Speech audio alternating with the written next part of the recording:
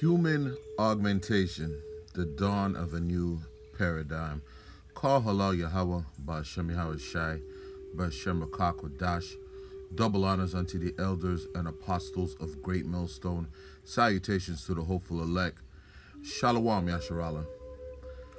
For anybody who says that the MOB, the Mark of the Beast, the MOTB, if you will, is not the RFID microchip. It's the Sunday worship law or an embargo or it's sin, and we all have the mark, which for the life of me, I can't see how that would make any sense. But, you know, what will they think of next? In any event, you need to direct them to the UK government website, effective immediately. The father of lies and confusion and his brother, the mad scientist, are at it again. And I'm speaking about the UK government being partnered up with the German Ministry of Defense, this time issuing a 110-page downloadable document, a think piece that is designed to, quote unquote, set the foundation for more detailed research and development on human augmentation. So what we're talking about is their efforts to institute transhumanism, i.e. neural chips, biochips, increasing the so-called quality of life by mechanical and digital enhancement, ergo the mark of ownership to be rolled out in the very near future. Really, it's already here. What I mean to say is implemented on a major scale by the elite leadership, the men behind the curtain who pulled the puppet strings of your world leaders, the international bankers, the 1%, which includes the technocrats who have their stronghold in Silicon Valley, the B system to be mandated for total control of the human population, aka the New World Order.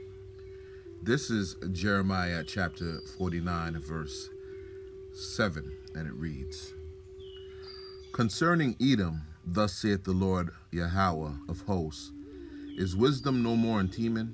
Is counsel perished from the prudent? Is their wisdom vanished? Concerning Edom, who we know to be Esau Edom, so-called white man, the wicked whose hands the earth is given into, pursuant to Job 9 and 24, thus saith the Lord, whose real name is Yahweh, thus saith the Lord of hosts, hosts meaning the heavenly hosts, the angels and messengers of the Most High Power, Yahweh, is wisdom no more in Teman. Through faith and study, we know the wise men of Teman to refer to the stock of Edom, which are known by the political designation of German, the same innovators, physicists, and scientists taken to and employed by the U.S. after World War II, i.e. Operation Paperclip, as well as Russia, to develop military technology.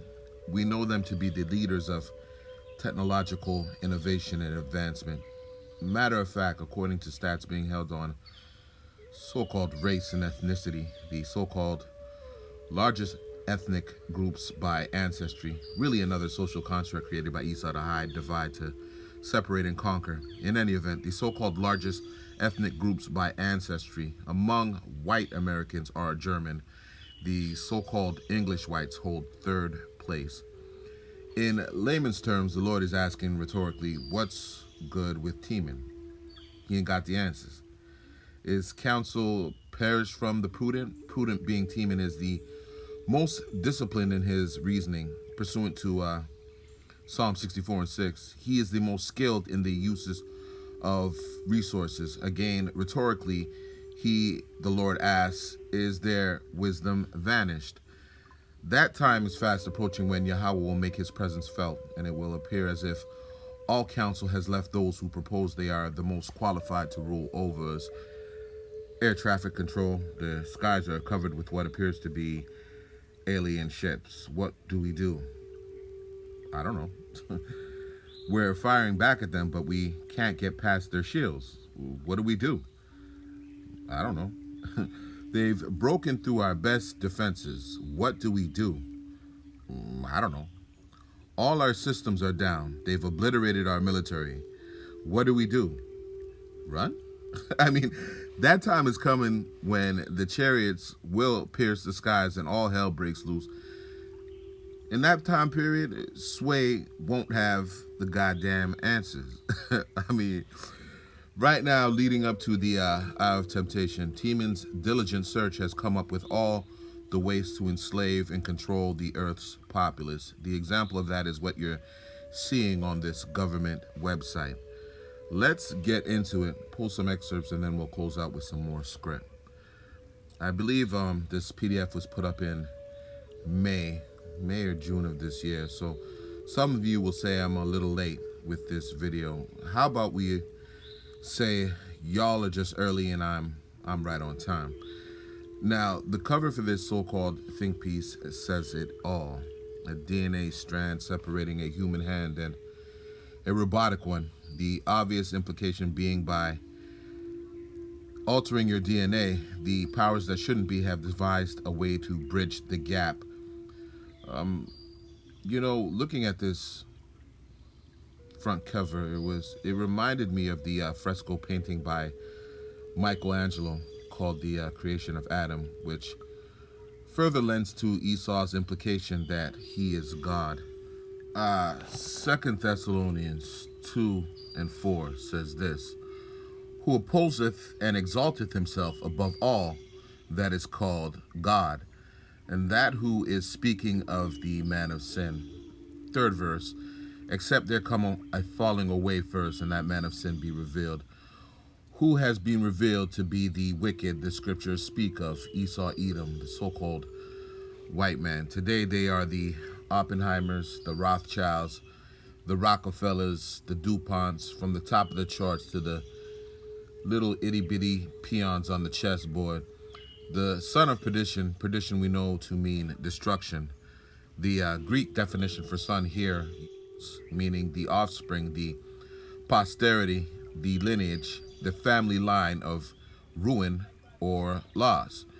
You know how else the Greek defines the word perdition? It says damnable as a nation and waste. Going back to Esau's name in the Hebrew, Aishashawa, or Aisha, meaning wasted away is he. Further proving there is no way the nation of Esau could have been done away with, because this verse first points to the Romans, including Paper Rome, who were, and our Edomites, who were in rule at that time, showing you the Brits, Spaniards, the Germans, the Romans, the Greeks, if you have any knowledge of secular history, were all the same nation of people. Okay, David Lint, they're all still here, alive, and soon to be not doing so well today.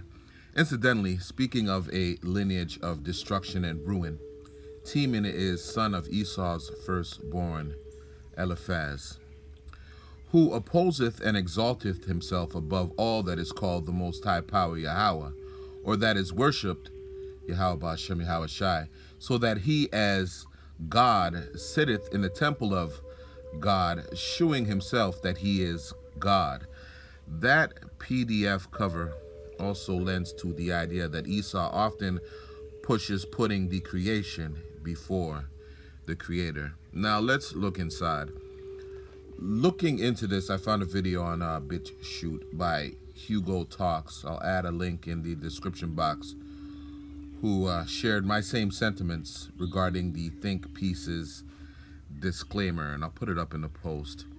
It reads, the content of this publication does not represent the official policy or strategy of the UK government or that of the UK's Ministry of Defence.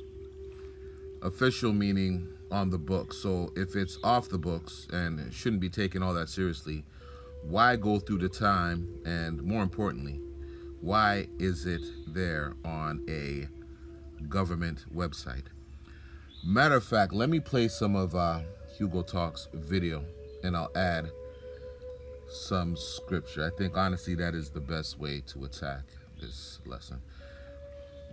Here we go. Here, and then if we scroll down, we have a disclaimer which says, The content of this publication does not represent the official policy or strategy of the UK government or that of the UK's Ministry of Defence. Oh, well, that's all right then. So what, you just put this together, a 110-page book and artwork just for a bit of a laugh? You didn't have much to do over the last 6 months, so this is just a bit of fun? Yeah, of course it. If so, what's it doing on the government website? So anyway, there's a lot to cover here. As you can see, you've got 8 parts, over 110 pages. Understanding human augmentation, the technology. Then we have ethics and legal considerations. Well, seeing that the government don't have any ethics and make up the law as it suits them, that's a bit of a waste of time reading that part. So briefly, looking through this, there is a lot on the army and how they want to use exoskeleton suits to create super soldiers and give them drugs that are going to improve their brain and all of this type of thing. And a lot on how they want to get into society's brain so they can all become one with some kind of matrix type bullshit. And you can see that in here very clearly. As it states here, the winner of future wars will not be those with the most advanced technology, but those who can most effectively integrate the capabilities of people and machines at the appropriate time, place and location. The growing importance of human-machine teaming is widely acknowledged, but this has been discussed largely from a technocentric perspective. Human augmentation represents the missing part of the puzzle and will become increasingly important over the next 30 years because of 3 key drivers of change, it says here. And here we see something that will make the World Economic Forum proud. Come to think of it, do you reckon they are responsible for writing a lot of this? I reckon maybe. It says here the future of wearables. Current or emerging technology in this field includes increasingly accurate heart rate monitoring, earrings that measure body temperature and pulse, shoes that generate their own power to sense body weight and movement, contact lenses that analyze tears to predict your emotional state and project information, clothes that sense your physiology and give you small directional taps on your shoulders to provide screen-free global positioning system, GPS, and smart buttons in clothes that collectively understand your habits and inform other linked technologies. I was talking about that in yesterday's video, which was from the World Economic Forum. Yeah, they must be involved in making of this, I reckon. And all of this from car to coffee machine to optimize your life, it says here. Yeah, to optimize your life, or is it to track and trap you in a life you won't like? Absolutely. And let me add this. The way in which they've packaged the agenda is to make it easier to digest and accept the relinquishing of your freedoms and liberty, which in itself is nothing more than an illusion. But nonetheless, the way it is being marketed to the unsuspecting sheeple is one operative word: convenience. Matter of fact, let me get this. This is Proverbs chapter 7, verse 21, and it reads, "With her much fair speech, she caused him to yield. With the flattering of her lips, she forced him." The strange woman with fair speech and flattering lips is idolatry, relative to the image of the beast, the New World Order, who, with words of promise, comfort, and convenience, like, "You won't own a goddamn thing and you'll love every minute of it," roughly paraphrasing, will deceive many into taking the chip. Let's look on. Oh, and look, there's another part. Genetic engineering. It says, creating genetically modified humans has been widely considered unacceptable for many years and is formally prohibited in over 40 countries. But there are signs that this stance is being challenged by the advent of new technologies. Now, remember, this is on the UK government website. The same government that is injecting millions of people with genetic therapy injections as we speak. It says future challenges. Genetic engineering is still at an early stage of development and is only just moving from the laboratory to human trials. Yeah, I noticed that. There's loads here. I can't cover it all, so I've only so much time. I'll leave a link to the page where you can get this book. which is a government website link. They talk about brain interfaces, internal brain interfaces. It says here several companies as well as military research and development organizations aim to develop a high bandwidth data connection between brain and computer. One company has so far developed a neurosurgery robot capable of implanting flexible polymer threads, each the width of a human hair, fitted with 32 tiny electrodes into the brain with micron precision in a 45-minute procedure. Revelation chapter 13, verse 16. And he causeth all, both small and great, rich and poor, free and bond, to receive a mark in their right hand or in their foreheads. The he is the beast system, NATO, and the EU. This is what they have planned. All those NPCs out there, you know, the ones always looking at their phone no matter where they are. You know, the ones that nearly bump into you on the street because they can't take their eyes off the phone. They want these people to have that connectivity in their brains. They want their brains all wired up into some kind of digital hive.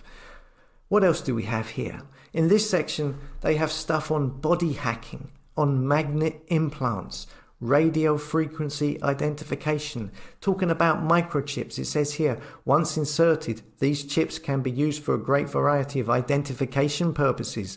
They can replace many of our keys and passwords, allowing us to unlock doors, start vehicles, and even log on to computers and smart devices. Of course, all of those baseless conspiracy theories of digital IDs, passports, and microchipping people, all nonsense, even though here they are clearly talking about it on the UK government website. Your so-called conspiracy theory is a conspiracy fact. Again, Revelation 13 and 16. And he causeth all, both small and great, rich and poor, free and bond, to receive a mark in their right hand or in their foreheads, and that no man might buy or sell save he that had the mark, or the name of the beast, or the number of his name. And we could stop right there. As I said, I'll add a link to Hugo Talks in the description box, as well as a link on my webpage to the augmentation PDF for those of you who do research. Matter of fact, I'll probably just make it a download so you can just get it right there. Let's close with this. I wanted to point back to the mad scientist teaming, but that's too easy. Let's go here. Proving you learn better when it requires some effort, i.e. study. This is Sirach, otherwise known as Ecclesiasticus in the Apocrypha, chapter 19, verse 22, and it reads, The knowledge of wickedness is not wisdom, neither at any time the counsel of sinners prudence. Timon's ingenuity in aeronautics, rocketry, and really the devilish contraptions, i.e. the atomic bombs he was employed to make by the American government, could not save his countrymen from slipping and sliding and the roofs caving in on their heads in that flood out there in Germany. There is no construct that can save you from the Lord's will, especially one rooted in wickedness, especially one created with the knowledge of iniquity. Those that kill with the sword must be killed with the sword. Here is the patience and the faith of the saints. Ezekiel 25 and 14 speaks of the time when the Lord's vengeance will be laid on the whole house of Edom by Yahweh's people Israel, you so-called Negroes, Latinos, Native Indians, and those of you scattered across the other nations amongst Ham, Elam, and even Edom. When the Lord gives us that spiritual power, tell me what will Timon's answer be for that? I don't know. Run? Call halal Yahweh, Ba'ashem Yahweh Shai, Ba'ashem Makakwadash. Double honors unto the elders and apostles of Great Millstone who teach us 100% truth and rule well. Salutations to the hopeful elect. Shalom, Yasharallah. Remember, no test, no jab, and damn sure, don't take that chip. Shalom.